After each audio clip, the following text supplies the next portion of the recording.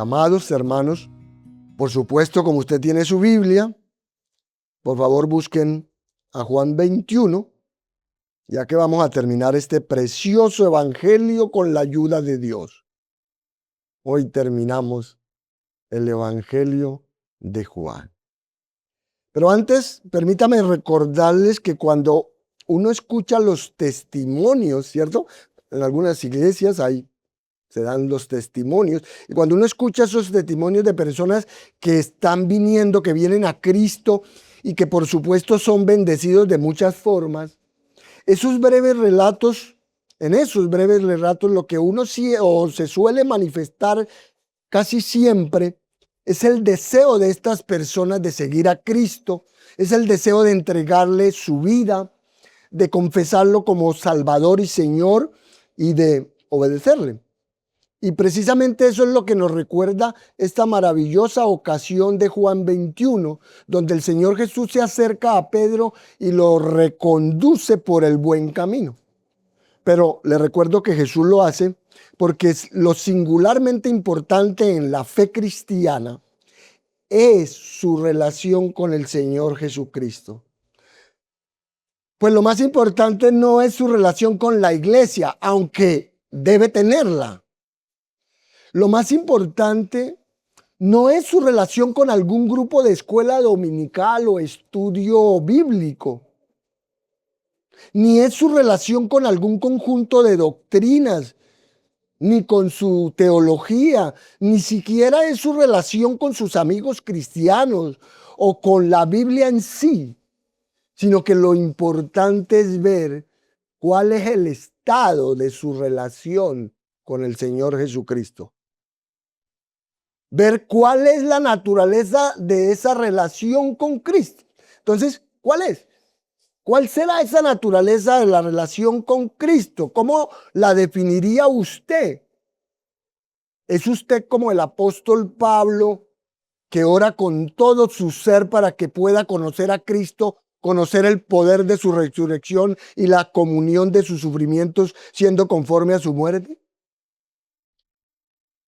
O tal vez su vida cristiana se ha reducido a unas cuantas y simples actividades. O quizás su espiritualidad está reducida a unas cuantas fórmulas. ¿Cuál es realmente la condición de su relación con el Señor Jesucristo? Lo pregunto porque sin importar qué tipo de actividades cristianas usted realice, sin importar qué tipo de prácticas religiosas usted practique, sin importar el tipo de actividades espirituales en las que usted participa, ¿cuál es su relación personal con Cristo? Insisto en preguntar esto porque esa es realmente su vida cristiana. Su vida cristiana es fundamentalmente su relación con el Señor Jesucristo. Y claro, podemos tener distintos grados de conocimiento teológico, podemos tener diferentes grados de experiencia en la iglesia, podemos tener diferentes grados de oportunidades en cuanto a años de servicio al Señor y en el uso de dones espirituales. Y podemos haber recibido enseñanzas bíblicas durante periodos muy largos de tiempo. Y todo eso sin duda influye en algún aspecto. Pero la cuestión fundamental es esta relación con el Señor Jesucristo. Lo es porque el verdadero llamamiento del Evangelio a seguir a Jesucristo es una llamada a la negación personal. El Evangelio no es un llamamiento egocéntrico para la realización personal. El Evangelio llama a los pecadores a someterse completamente a Jesucristo. El Evangelio llama a los pecadores, como dice alguien, a encontrar sus vidas perdiéndolas, a ganar sus vidas abandonándolas y a vivir las vidas más plenas vaciándolas. Entonces, francamente, el mensaje de nuestro Señor no era fácil de practicar. no era tan consolador como amenazador. Y el Señor Jesús no hizo fácil la salvación, sino que la hizo difícil. En otras palabras, la predicación del Señor Jesucristo, aunque motivada por el amor y la compasión, aunque llena de gracia y misericordia, con su oferta de paz y gozo continuos, seguía siendo exigente hasta el extremo. Así que Jesús nunca fue culpable de hacer las cosas fáciles para los pecadores o de contribuir a la falsa confianza y seguridad de la salvación. Más bien, él declaró esto. Le voy a recordar la palabra. Ninguno que poniendo su mano en el arado mira hacia atrás es apto para el reino de Dios. Advirtió que quienes lo siguieran debían estar dispuestos a negarse a sí mismos e hizo hincapié en la importancia de conocer el costo de comprometerse con él diciendo, si alguno viene a mí y no aborrece a su padre y madre y mujer e hijos y hermanos y hermanas y aún también su propia vida, no puede ser mi discípulo. Y el que no lleva su cruz y viene en pos de mí, no puede ser mi discípulo. Porque ¿quién de vosotros queriendo edificar una torre no se sienta primero y calcula los gastos a ver si tiene lo que necesita para acabarla?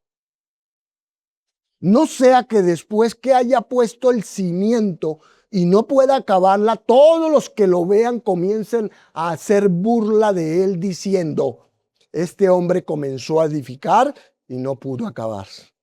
¿O qué rey, al marchar a la guerra contra otro rey, no se sienta primero y considera si puede hacer frente con 10,000 al que viene contra él con 20,000?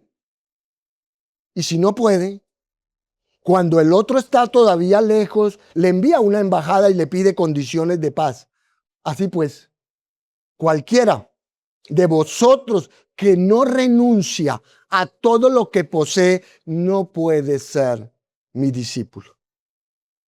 Y en Mateo 7, 13, 14, que es uno de los textos de nuestra comunidad claves, el Señor exhortó cuando dijo, entrad por la puerta estrecha, porque ancha es la puerta y espacioso el camino que lleva a la perdición, y muchos son los que entran por ella. Porque estrecha es la puerta y angosto el camino que lleva a la vida, y pocos son los que la hallan. Por tanto, Jesús no ofrece a los pecadores una transformación superficial para satisfacer su deseo de superación personal. Él los llama a someterse, ponga cuidado, a someterse a una toma de posesión completa de sus vidas para la gloria de Dios y con beneficios eternos. Así la responsabilidad principal de un discípulo de Cristo es seguirle y seguirle en todo. Pues Juan nos dice en primera carta de Juan capítulo 2 versículo 6, el que dice que permanece en él, en Cristo, debe andar como él anduvo. Esto quiere decir que debemos caminar en sus pasos, hablar como él habló, amar como él amó, ser como él en toda su humanidad perfecta. Debemos seguir cada instrucción e imitar cada paso. Pero el detalle es que si nosotros seguimos sus pasos, vamos a terminar en donde él terminó. ¿Dónde? En una cruz. Y por eso es que decimos que hay un costo de seguir a Cristo. Hay un costo. Y al fin de cuentas, toda la raza humana, le voy a decir esto, cada ser humano de alguna manera es un discípulo de alguien. ¿Qué es un discípulo? Alguien que sigue a otro, ¿cierto? Y entonces todo ser humano en la vida es discípulo de alguien. Todo ser humano O es un discípulo de Satanás o es un discípulo de Cristo. Así de sencillo, no más. Quiero decir que todos estamos siguiendo a alguien. Y el problema es que los que siguen al enemigo Satanás odian a los que siguen a Cristo. Y el mismo Señor explica esto en Juan 3 diciendo, la luz vino al mundo y los hombres amaron más las tinieblas que la luz porque sus obras eran malas. Porque todo aquel que hace lo malo aborrece la luz y no viene a la luz para que sus obras no sean reprendidas. Y nosotros hemos visto la evidencia de esa persecución en cada capítulo, ¿cierto? Todos los que han estado aquí la han visto en cada capítulo del Evangelio de Juan, porque eso es un tema central en su Evangelio. De hecho, el Señor recuerda esto a sus discípulos en Juan 15. Si el mundo os aborrece, sabed que a mí me ha aborrecido antes que a vosotros. Si fueras del mundo, el mundo amaría lo suyo, pero porque no soy del mundo, antes yo os elegí del mundo. Por eso el mundo os aborrece. Acordaos de la palabra que yo os he dicho. El siervo no es mayor que su Señor. Si a mí me han perseguido, también a vosotros os perseguirán. Entonces, el que sigue a Cristo enfrentará persecución. Pero ¿por qué es que Juan enfatiza tanto esto en su libro? Bueno, basta solamente con pensar un poco en la vida del apóstol Juan, ¿cierto? Recuerden que su vida cristiana comienza en el ministerio del Señor Jesucristo, quien fue crucificado en el año 30. Y solamente un poco después, un tiempo después, muy poco, el hermano de Juan, el apóstol Jacobo, es martirizado. El libro de los Hechos de los Apóstoles cuenta que Herodes lo mató a espada. Y a partir de ese momento, poco a poco, durante los siguientes 3 décadas, todos los demás apóstoles, los amigos más cercanos de Juan, todos fueron matados sin excepción. Algunos fueron decapitados, otros apedreados o golpeados y otros crucificados. Pero Juan, por la providencia de Dios, vive unos 30 años más, ¿cierto? Así que Juan escribe su evangelio en los años 90 después de Cristo, durante tal vez la persecución más fuerte de la historia en contra de los cristianos. O sea, durante el reinado del emperador Domiciano. Es decir, que cuando nosotros nos ponemos en el lugar de Juan, vemos que él escribe su evangelio después de experimentar 60 años de persecución. Y él escribe su evangelio con un mensaje singular para el cristiano. Él escribe su evangelio diciéndole algo así como, sigue a Cristo a pesar del costo, a pesar de la dificultad, sigue hasta el final, permanece hasta el final, sigue a Cristo. Cristo es digno, su recompensa vale la pena esperarla. Sigue creyendo. Sigue permaneciendo. Va a ser difícil, pero es lo que Cristo demanda de sus discípulos, tomar su cruz y seguirle. Y como indicamos en el mensaje anterior, el capítulo 21 es un apéndice, ¿cierto? O epílogo al Evangelio de Juan, cuya intención es concluir y resolver algunas preguntas sin respuesta que pueden surgir en la mente de los lectores. Los primeros 14 versículos que vimos hace 8 días están relacionados con la pregunta de los discípulos sobre si Jesús aún satisfacía sus necesidades ahora que él ascendía al Padre. Y como se ilustró con el incidente del pescado y la provisión para el desayuno, él aún lo haría, ¿verdad?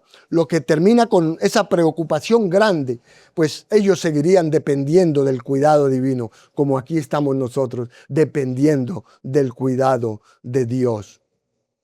El resto del capítulo se centra principalmente en otra preocupación y es la restauración del apóstol Pedro, el líder de los apóstoles, algo muy crucial para el ministerio del evangelio después de la ascensión de Cristo y del envío del Espíritu Santo, pues él fue la elección de Dios para hacer la voz más importante a los judíos en esos primeros días de la iglesia. Pedro fue esa voz más importante y como tal, es la figura principal de los capítulos iniciales del libro de los Hechos. y porque los otros apóstoles necesitaban seguir su liderazgo. Pero comencemos leyendo el texto de Evangelio de Juan 21 en su última sección, que corresponde desde el versículo 15 hasta el versículo 25, donde dice la palabra del Señor. Juan 21, 15 al 25. Cuando hubieron comido, Jesús dijo a Simón Pedro: Simón, hijo de Jonás, ¿me amas más que estos? Le respondió: sí, Señor, tú sabes que te amo. Él le dijo: apacienta mis corderos. Volvió a decirle la segunda vez: Simón, hijo de Jonás, ¿me amas? Pedro le respondió: sí, Señor, tú sabes que te amo. Le dijo: pastorea mis ovejas. Le dijo la tercera vez: Simón, hijo de Jonás, ¿me amas? Pedro se entristeció de que le dijese la tercera vez: ¿me amas? Y le respondió: Señor, tú lo sabes todo, tú sabes que te amo. Jesús le dijo: apacienta mis ovejas. De cierto te digo, cuando eras más joven, te ceñías e ibas a donde querías, mas cuando ya seas viejo, extenderás tus manos y te ceñirá otro y te llevará a donde no quieras. Esto dijo dando a entender con qué muerte había de glorificar a Dios. Y dicho esto, añadió: sígueme. Volviéndose Pedro, vio que le seguía el discípulo a quien amaba Jesús, el mismo que en la casa en la cena, se había recostado al lado de él y le había dicho: Señor, ¿quién es el que te ha de entregar? Cuando Pedro le vio, dijo a Jesús: Señor, ¿y qué de este? Jesús le dijo: si quiero que él quede hasta que yo venga, ¿qué a ti? Sígueme tú. Este dicho se extendió entonces entre los hermanos, que aquel discípulo no moriría. Pero Jesús no le dijo que no moriría, sino: si quiero que él quede hasta que yo venga, ¿qué a ti? Este es el discípulo que da testimonio de estas cosas y escribió estas cosas. Y sabemos que su testimonio es verdadero. Y hay también otras muchas cosas que hizo Jesús, las cuales, si se escribieran una por una, pienso que ni aún en el mundo cabrían los libros que se habrían de escribir. Amén. Entonces, lo que resalta en medio de todas estas cosas, lo que resalta es ver principalmente lo que es un cristiano comprometido. Así se llama este mensaje para nosotros en esta mañana. Qué hermosa manera de terminar el Evangelio de Juan. Un cristiano comprometido. Y se desprende cuando el Señor habla, Jesús habla con Pedro, para que todos nosotros aprendamos hoy las maneras, ese es el tema, en las que podemos ser cristianos comprometidos. Maneras en que podemos ser cristianos comprometidos y así mostrarnos el camino hacia una relación correcta con Jesucristo. De modo que en esta escena está Pedro, quien había pasado 3 años con el Señor Jesús, con quien mantenía una relación que podríamos calificar de intensa y en donde ciertamente Cristo no lo desagradó nunca en absoluto. De hecho, Pedro comprendió que Cristo, que era Dios encarnado, comprendió su poder milagroso, comprendió que no había nadie como él. Incluso los paganos sabían que nadie hablaba como Jesús y que nadie hacía lo que Jesús hacía. Pedro ciertamente comprendía a Cristo también como cualquier hombre podría comprenderlo. Y en ocasiones, de hecho, en ocasiones, Pedro comprendía tanto al Señor que no se sentía intimidado tanto por ello. ¿Cierto? Tanto así que se atrevía a reprender a Jesús, si es que eso es posible, diciéndole cosas insensatas, como cuando manifestó su desacuerdo en que el Señor tuviera que ir a la cruz, ¿cierto? Una actitud bastante imprudente de parte de Pedro.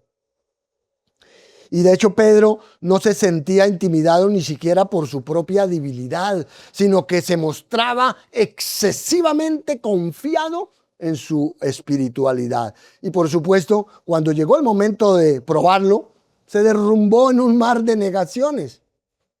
Por eso, al llegar a Juan 21, el Señor viene a restaurarlo, porque él fue llamado a ser apóstol. Pedro fue llamado a ser el líder de los 12, a ser su portavoz. Fue elegido personalmente por el Señor Jesús como parte de ese círculo íntimo de 3, junto con Santiago y Juan. Por eso siempre aparece al frente de la lista de los apóstoles, ¿cierto? Por eso se mantuvo lo suficientemente tan cerca de Jesús como para caminar sobre el agua, para hablar revelaciones profundas, para ser asombrosamente audaz y directo y para tomar incluso una espada en el huerto e intentar defender a Cristo. También conoció lo que era ser el modelo mismo de la debilidad, negando a Jesús con maldiciones, perdiendo el valor, actuando con desobediencia, miedo y cobardía. De modo que al acercarnos a Juan 21, podríamos decir que la relación de Pedro con Cristo no era la adecuada. Y claro, afirmamos que es creyente, por supuesto que era creyente, pues lo vimos, entre otras cosas, en su remordimiento y su arrepentimiento.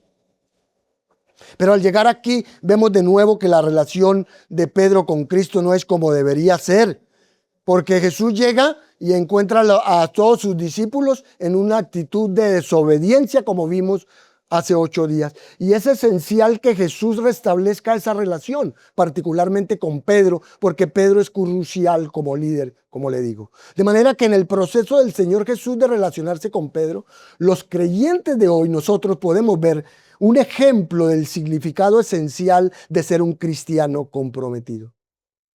Entonces Juan está concluyendo su libro de manera magistral, porque es en la restauración de Pedro que vemos de manera muy clara cómo es que Cristo desea que sus discípulos le sigan y en particular cómo es que un discípulo que le ha fallado como Pedro y como podemos fallarle, como fallamos nosotros, usted y yo, ¿cómo es que podemos ser cristianos comprometidos y así podamos permanecer siguiendo al Señor hasta el final?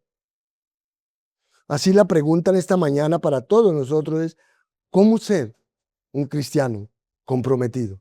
¿Cómo es que el Señor desea que le sigamos? Entonces, en este pasaje veremos esas maneras en que podemos ser cristianos comprometidos. Y la primera es que usted puede ser un cristiano comprometido al amar a Cristo sobre todo. Eso es lo primero. ¿Usted quiere ser comprometido? Ame a Cristo sobre todo. Versos 15 al 17 que leímos. En esta parte nosotros aprendemos a ser cristianos así, comprometidos, amando a Cristo más que cualquier otra cosa. Y es que como vimos en el mensaje anterior, el domingo pasado, la característica principal de los redimidos siempre ha sido el amor por Dios. El amor es la fuerza directriz y convincente que motiva el servicio cristiano. Y Pedro aprendió por el camino difícil lo que en realidad significa amar al Señor Jesucristo. Por tanto, el fracaso de Pedro resalta que la obediencia es la marca esencial del amor genuino. De modo que si Jesús sabía que Pedro iba a tener un papel crucial en la naciente iglesia, él necesitaba restaurarlo. Así que Pedro necesitaba entender que aun cuando él había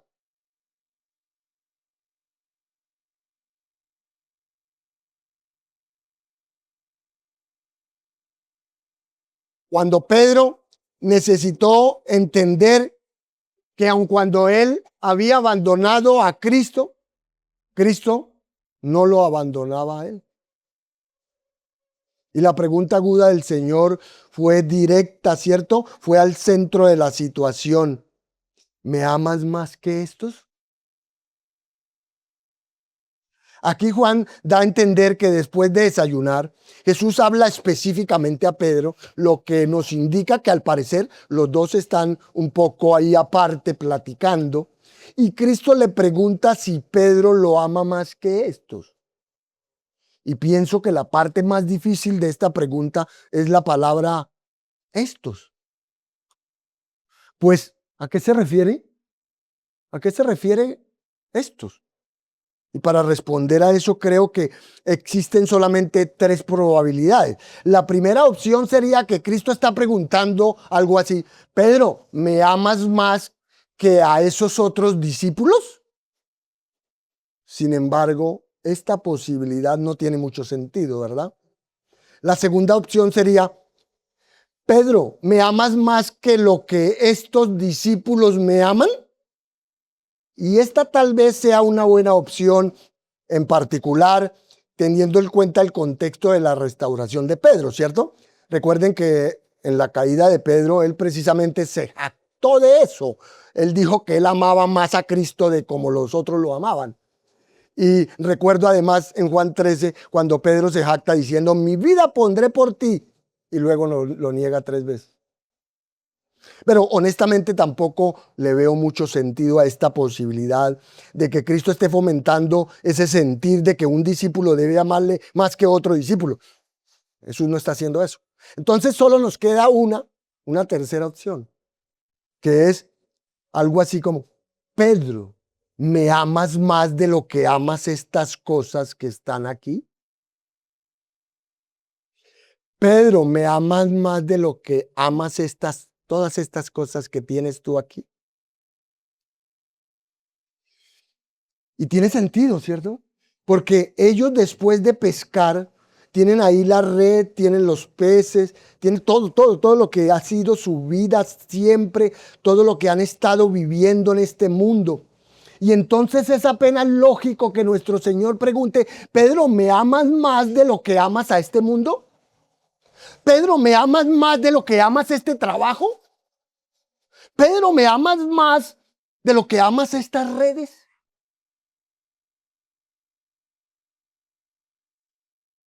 Pero pienso que sin importar cómo interpretemos la palabra estos, el punto sigue siendo igual. Porque el Señor Jesucristo está preguntando a Pedro si lo ama más de lo que él ama a todo lo demás. Es decir, ¿me amas más que a todas estas cosas que son parte de tu vida? Y como Jesús ya les había dicho, que ningún siervo puede servir a dos señores, porque o aborrecerá al uno y amará al otro, o estimará al uno y menospreciará al otro. No podéis servir a Dios y a las riquezas. Así pues, Jesús retó a Pedro a abandonar permanentemente su vida anterior y dedicarse exclusivamente a seguirlo con base en ese amor. Y la palabra que Jesús, oiga bien esto, la palabra que Jesús usó aquí para amor, la que Jesús usó es agapao, que se refiere al más grande amor de la voluntad, a ese amor abnegado, sacrificial, que implica un compromiso total. Pero Pedro, dolorosamente consciente de su desobediencia y fracaso, se sintió por completamente culpable y no podía afirmar esa misma clase de amor. Pedro no podría afirmar esa misma clase de amor por el Señor, por lo que respondió usando el verbo fileo, un término menos elevado para amor, cuyo significado es algo así: afecto. El Señor amaba a Pedro. Pedro sentía afecto por el Señor nomás, ¿no? Para que me entienda. Y el Señor, aceptando el reconocimiento humilde de Pedro que su amor era menos de lo que había afirmado y de lo que Cristo merecía, aún así lo volvió a comisionar diciéndole con amor: apacienta mis corderos, un término usado por los pastores para llevar a sus animales a pastar y alimentar el rebaño. Pero el Señor, reforzando una vez más su punto sobre la supremacía del amor como motivo para la fidelidad, Jesús volvió a decirle: Simón, me ama. Entre otras cosas, él le habla aquí, se refiere a él como Simón, ¿cierto? El antiguo nombre. Porque él le había cambiado el nombre a Pedro, ¿cierto? Pero aquí, ¿por qué lo llama Simón? Bueno, para que usted lo sepa, porque casi siempre el Señor le dijo Simón cuando Pedro retrocedía en su vida, cuando Pedro volvía a lo que era antes, cuando Pedro se desconcentraba de lo que era Cristo. Y entonces Jesús le está recordando que usted como que está volviendo a ser el de antes, ¿no? Simón, hijo de Jonás. Entonces, él nuevamente, ¿no? Le dice: le hace la pregunta, ¿me amas? Y aquí una vez más Jesús usó el verbo agapao y una vez más Pedro no estuvo dispuesto a usar esa misma palabra, sino que nuevamente usó el verbo fileo. Entonces el Señor le hizo un encargo: pastorea mis ovejas. Aquí Jesús escogió un término diferente al traducido como apacienta mis corderos. La palabra aquí probablemente sea un sinónimo del verbo anterior, donde los dos se ajustan para expresar el alcance total de la responsabilidad que implica la supervisión pastoral. Sin embargo, Jesús aún no había terminado con Pedro, de modo que le dijo la tercera vez, ¿me amas? Y el relato dice que aquí que Pedro se entristeció. ¿Por qué se entristeció Pedro? Ahora, la razón para la tristeza de Pedro fue un cambio en el vocabulario del Señor Jesús. Pues a diferencia de las dos preguntas previas, en esta tercera Jesús usó la palabra fileo, usada por Pedro para amor. Y esto nos indica que el Señor Jesús estaba cuestionando incluso esa devoción menor que Pedro afirma con cierta seguridad. Por tanto, la implicación de que su vida no soportaría ni siquiera ese nivel de amor, eso devastó a Pedro. Que el Señor le dijera eso. Usted ni siquiera me ama en esos términos. Ni siquiera. Y todo lo que hizo entonces Pedro fue apelar más fuertemente a la omnisciencia de Jesús, ¿cierto? Y en esta tercera ocasión Jesús aceptó el reconocimiento de imperfección y fracaso en el apóstol y con misericordia le encargó el cuidado de su rebaño. Así estuvo completa la restauración de Pedro. Pues a partir de ahí, Pedro permaneció obediente a la comisión del Señor por el resto de su vida. Entonces, cuando usted se pregunta, ¿cuál es la condición de su relación con Jesucristo? Pienso que debe hacerse una pregunta más específica, como, ¿amo a Jesucristo más que a cualquier otra cosa? Eso es lo que usted debe preguntarse. ¿Amo a Jesucristo más que cualquier otra cosa? Debe hacerla porque esa es la esencia fundamental de la relación con Dios. Y porque esa es la pregunta que Jesús le hizo aquí a Pedro para restaurarlo. Esta es la característica fundamental de una relación con Cristo. ¿Usted lo ama más que a cualquier otra cosa? ¿Lo ama más que a alguien más? ¿Usted ama al Señor más que a su padre? ¿Más que a su madre? Como escuchamos de la Escritura muchas veces. ¿Usted ama al Señor Jesús más que su familia? Porque así debe ser. Si no lo ha entendido. Y no es que el Señor esté diciendo, ódielos, no los ame a su familia. No, Él no está diciendo eso. Él está diciendo es que no ame más otra cosa o otra persona que lo que usted debe amar al Señor. ¿Usted ama al Señor más que a su educación? ¿Usted ama más al Señor que a su trabajo?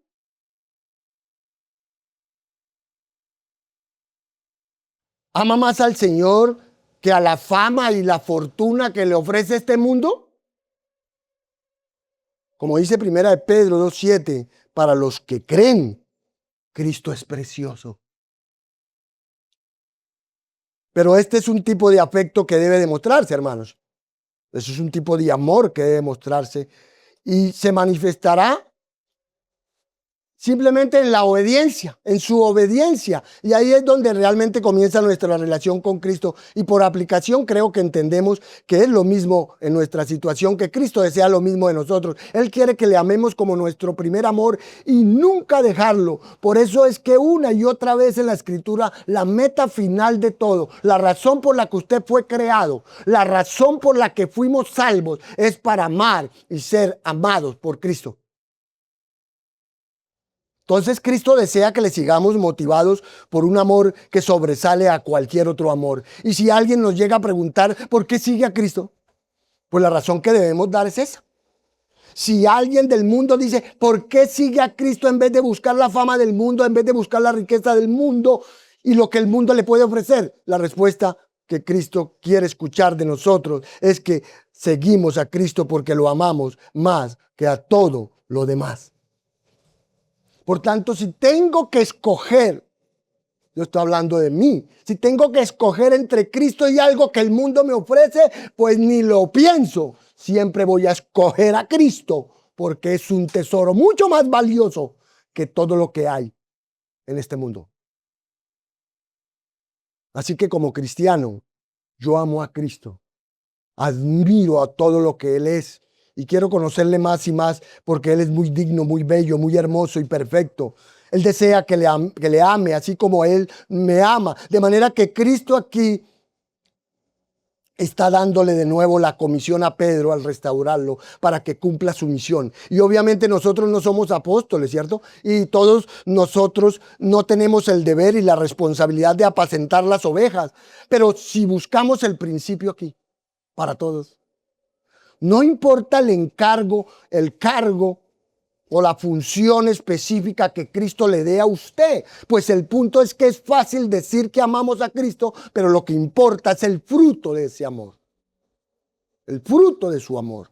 Entonces, ¿cómo evaluamos si alguien realmente ama o no?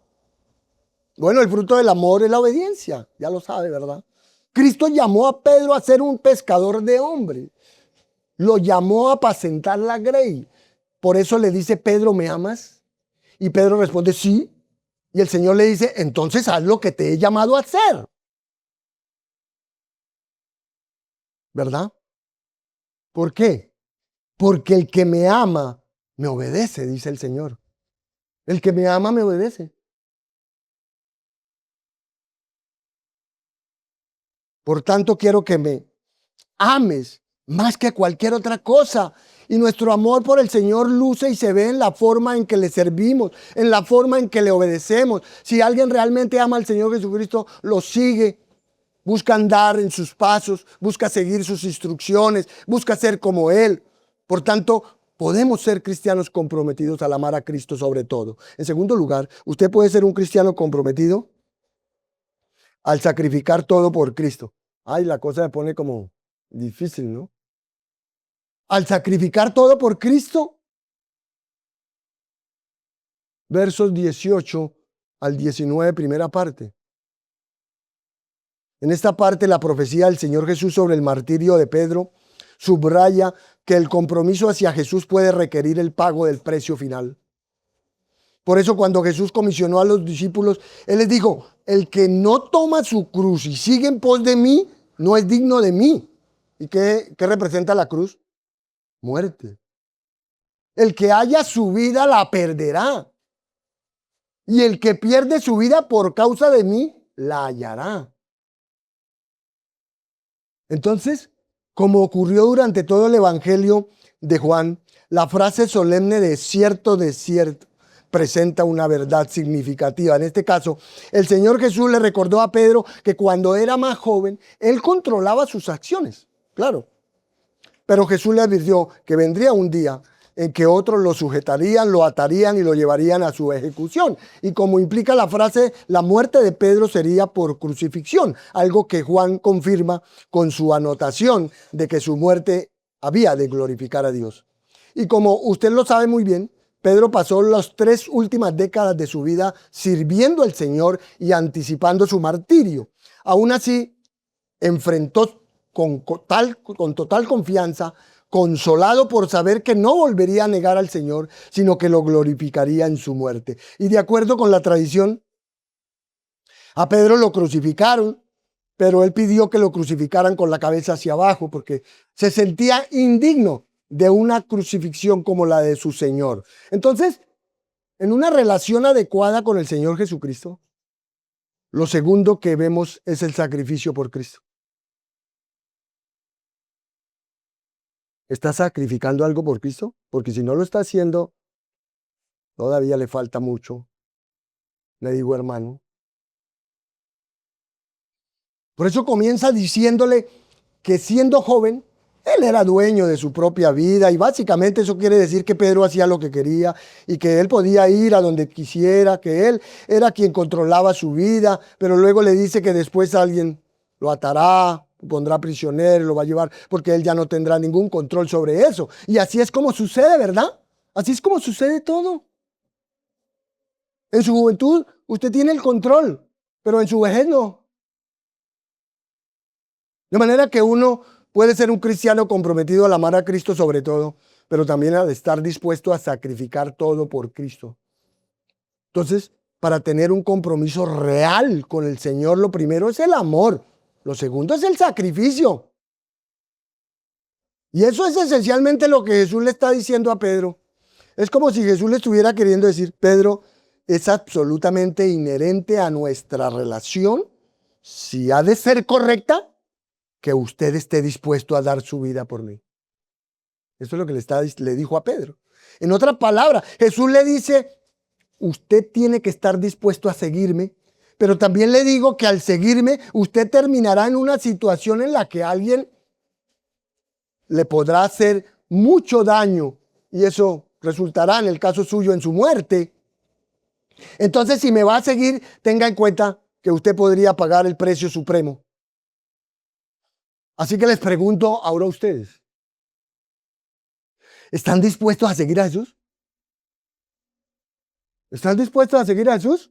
No importa lo que venga. Porque si usted lo ama, dice que lo ama, debe ser así. Cualquier relación legítima con el Señor Jesucristo, si es como debe ser, implica un amor por Cristo que afirma que Él es supremo por encima de todo lo demás. Y eso significa que usted hará lo que lo honre y glorifique y le obedecerá a toda costa. Y en segundo lugar, es que su sacrificio por el Señor Jesús es un sacrificio incluso hasta la muerte si es necesario. Y ciertamente la señal del amor es el sacrificio. Nadie tiene, ¿qué dijo el Señor? Nadie tiene mayor amor que este, dar la vida por sus amigos. Eso mide el nivel de afecto, ¿no es así? Eso mide el amor. Por tanto, si hay algo en su vida que usted sacrifica por Cristo, eso es evidencia de su amor. Si hay algo en su vida que no sacrifica por Cristo, eso es evidencia de la superficialidad de su amor. En tercer lugar, usted puede ser cristiano comprometido al seguir exactamente la dirección de Cristo. No quite la mirada de Cristo ni de lo que Él le diga. Lo va a ver. Segunda parte del versículo 19 hasta el final. Amado, seguir a Jesucristo es la condición indispensable de la vida cristiana. En Juan 12:26, Jesús lo planteó de forma simple diciendo, si alguno me sirve, sígame. Entonces la marca de sus ovejas es que le siguen sin importar el costo. Pero seguir a Cristo significa más que estar dispuesto a sacrificar todo en sumisión a su voluntad. También significa obedecer sus mandamientos e imitarlo. Y para hacerlo, los creyentes deben centrar su atención en seguir la dirección de Cristo. No que Él coge para un lado y usted se da la vuelta o coge para otro lado. No.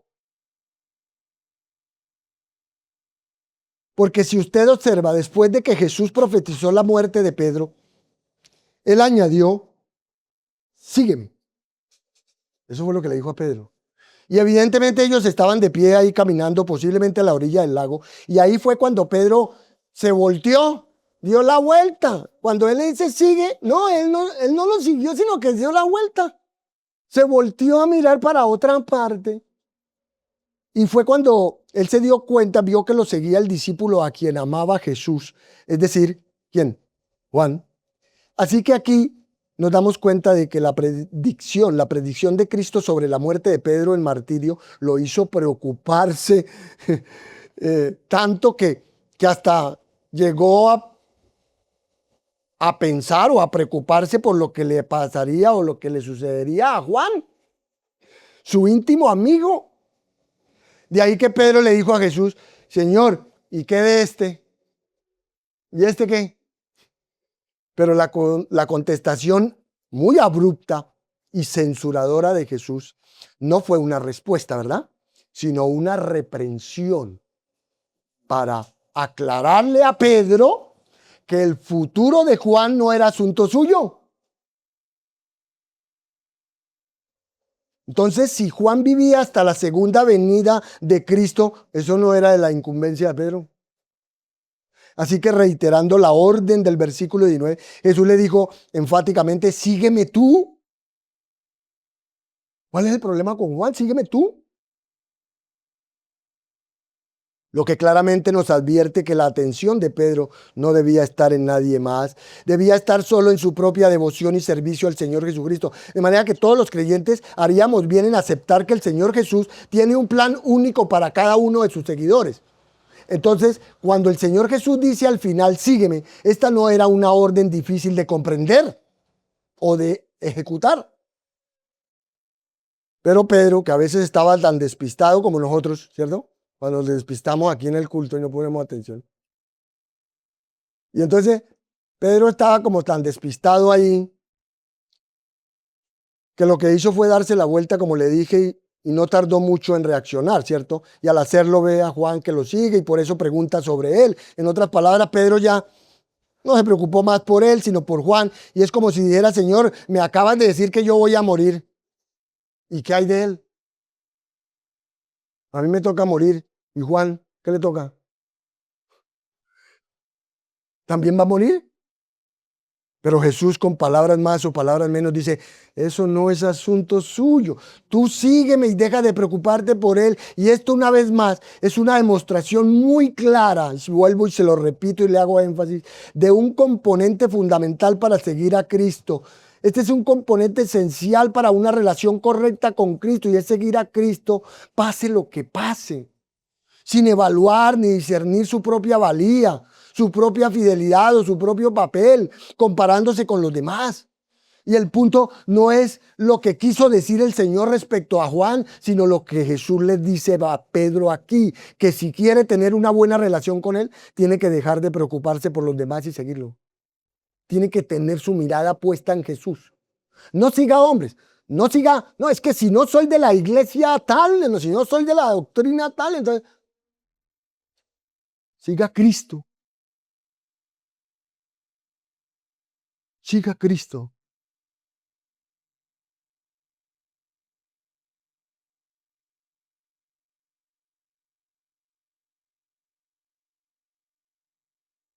Entonces, si quiere tener una buena relación con el Señor, no puede distraerse. Tiene que centrar su atención en Cristo, en la dirección que Cristo le está dando, por donde Cristo lo está guiando, llevando.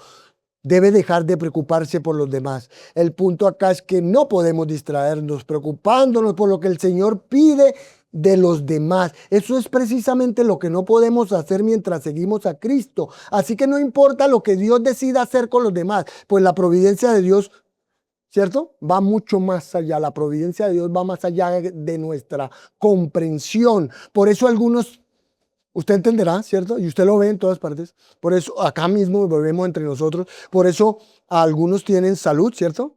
Muy buena salud. Y algunos otros tienen riqueza, ¿cierto? Por eso algunos nacimos en esta época donde no hay persecución. Y hubo otros hermanos, hay otros hermanos nuestros que tuvieron que nacer, por ejemplo, en el primer siglo en Roma, cuando eran usados los leones contra los cristianos. Por eso es que algunos viven hasta los 100 años y otros mueren más jóvenes, muy jóvenes. Y así todo es diferente debido a que no controlamos la providencia de Dios, porque Dios tiene un plan diferente para cada uno de nosotros. Y no somos responsables por vivir la vida cristiana de otros.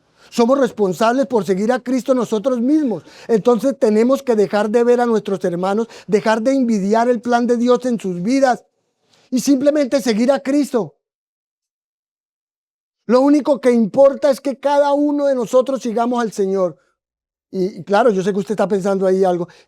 Por supuesto le digo, somos responsables por ayudar a los demás a seguir a Cristo. Claro que sí.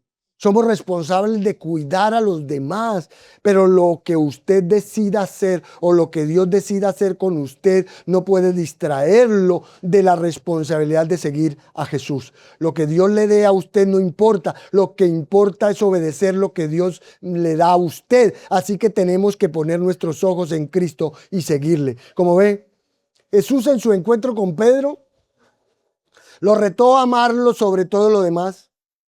Lo retó a sacrificar todo por él y lo retó a centrarse en su dirección para ser el discípulo comprometido que Jesús demanda. Y ante la perspectiva de sacrificarlo todo por Cristo, de aquí en adelante usted sabe que Pedro no retrocedió, ¿verdad? Sino que aprendió que seguir a Jesús debía ser el objetivo singular y supremo de su amor. Tanto así que Pedro y los otros discípulos, los otros apóstoles, con el poder claro del Espíritu Santo, trastornaron al mundo entero con su testimonio valiente de Jesucristo y la verdad del Evangelio. Por eso recuerdo aquí las palabras o lo que escribió Jeffrey O'Hara. Él escribió acerca de Jesús: me llamáis el camino, pero no me seguís. Me llamáis la vida, pero no me vivís. Me llamáis la verdad, pero no creéis en mí. Me llamáis Señor, pero no me obedecéis. No me obedecéis. ¿Y qué significan sus palabras?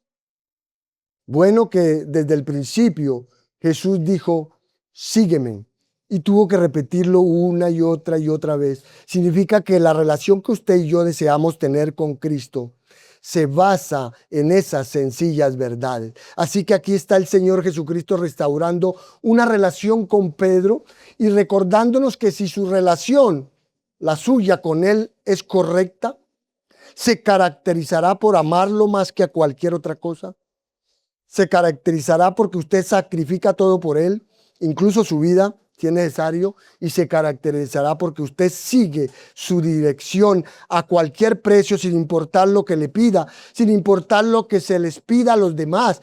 Y si ahora mismo reflexiona sobre su vida y se pregunta cuál es el estado de su relación con Cristo, entonces estas son las cosas sencillas que debe considerar para comprometerse por completo, como lo hizo Pedro.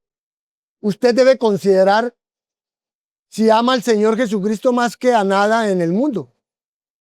Debe considerar si Él es la alegría de su corazón.